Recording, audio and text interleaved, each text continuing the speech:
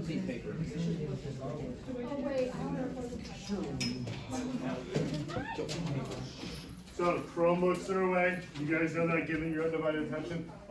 Jamari's group, make sure you have that pink sheet out so you can get their information down on it as well. Do you see the lights on? Yeah. Now the kids just charge it. All right, so we're plugging this in. Nandini, Nandana, and Nora. We have the dangers of militarizing space. Wait, where's this? Where's this one? What do you need? You know where's your, oh, can I just use this? Yeah. Like next? Yeah. Okay.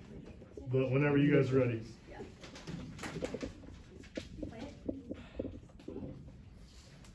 Oh, okay, ready? The dangers of militarizing space.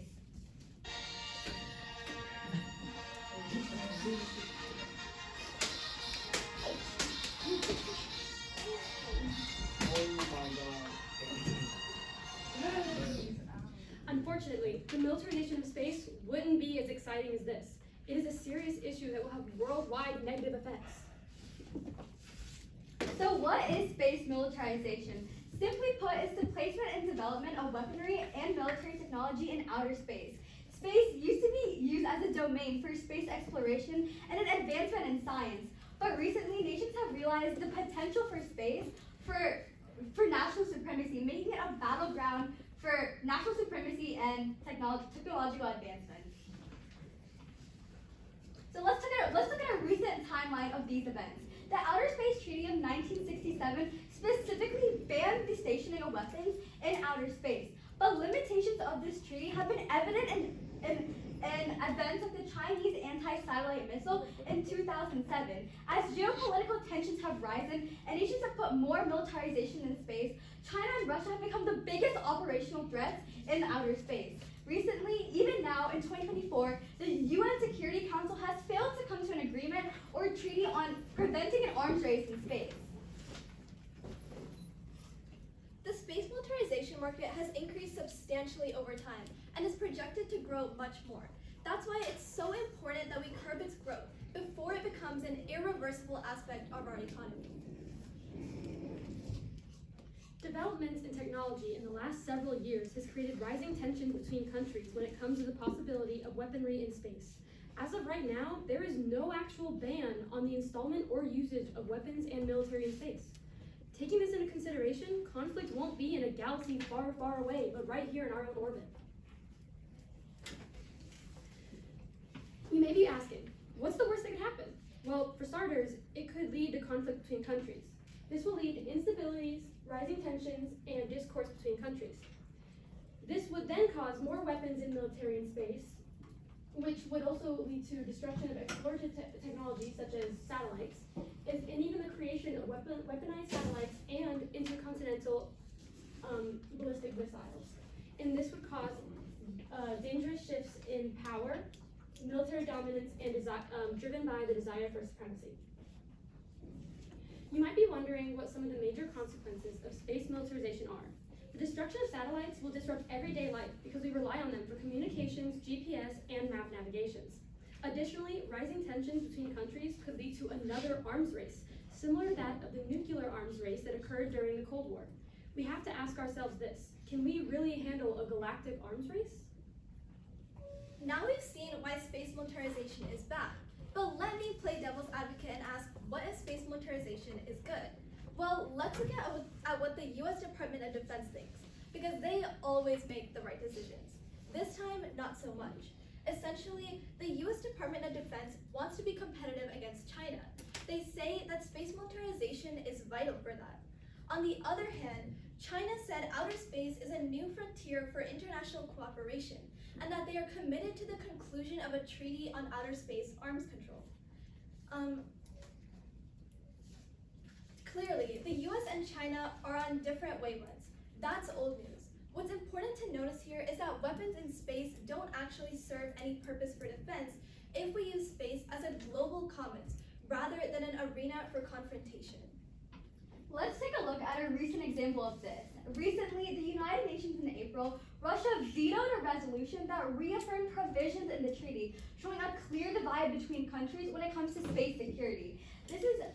Following this event, the UN Security Council again failed to adopt a resolution on outer space today, and this is because it limited its scope to weapons. As the United States said, we've seen this movie before, telling you that existing treaties simply don't take into account modern technology. This is why our solution will work. As you can see, there haven't been any new treaties or agreements on this matter in about 30 years. But technology has undergone significant changes during these last few decades. So, we're proposing the Outer Space Security and Arms Control Treaty, or the OSSAT. We will address the rapid advancement in space technology by clearly defining weaponry to avoid ambiguity, and nations that fail to abide by the agreement will be subject to strict international sanctions, which are coercive measures that are used against nations that pose a threat to international security and peace. We will also rally public support to pressure world leaders into signing this agreement to maintain peace, safety, and scientific research and exploration in space. So what makes our solution unique? Our treaty will address the specific types of weapons that have to be banned in space. Next, we address one of the biggest concerns or problems when it comes to making treaties, the fact that countries can't seem to agree upon them. What we do is that we give incentives for ratifying the treaties. Therefore, countries will think that, hey, if I get something in return for ratifying this treaty, there's a higher chance that they will ratify the treaty. Therefore, when more countries do it, there's a higher chance that we will come to a solid agreement, leading to even more advancements in space. But why do we need this treaty so urgently? Well, according to the United Nations, space was once considered a largely peaceful domain, but is now viewed by many American lawmakers and military commanders as a place where the next major global conflict might unfold. Current weapons in space include nesting doll satellites, which can birth other satellites that aren't cute, and grappling satellites, which have robotic arms. But these threats aren't hypothetical. They've manifested into direct threats. According to the New York Times, there's a Russian weapon under development that could obliterate hundreds, if not thousands, of critical satellites. Current consequences include the creation of thousands of pieces of space debris and support of the illegal war in Ukraine. So, space militarization seems like such a distant issue, literally. So what can you do to help? Well, you can help influence the military and the government through advocacy and education. You can urge the government against space militarization and educate people on this issue and how it affects them. In conclusion, space should be used exclusively for scientific study. It is essential that we share the use of space in a cooperative, peaceful, and academic manner. Any and all activities in our solar system should be dedicated to the advancements of our collective knowledge and understanding of the world around us, not military activities that could lead to violence. Modern and new technology challenge current space laws. They can disable critical communication satellites, posing a threat to our space security. Therefore, we have to address the current limitations and treaties right now and come up with our new solution. Lastly, tensions in war. Preventing the placement of weapons of mass destruction in outer space must remain a priority, because trust me, this war is going to end a lot worse than our lightsaber fight.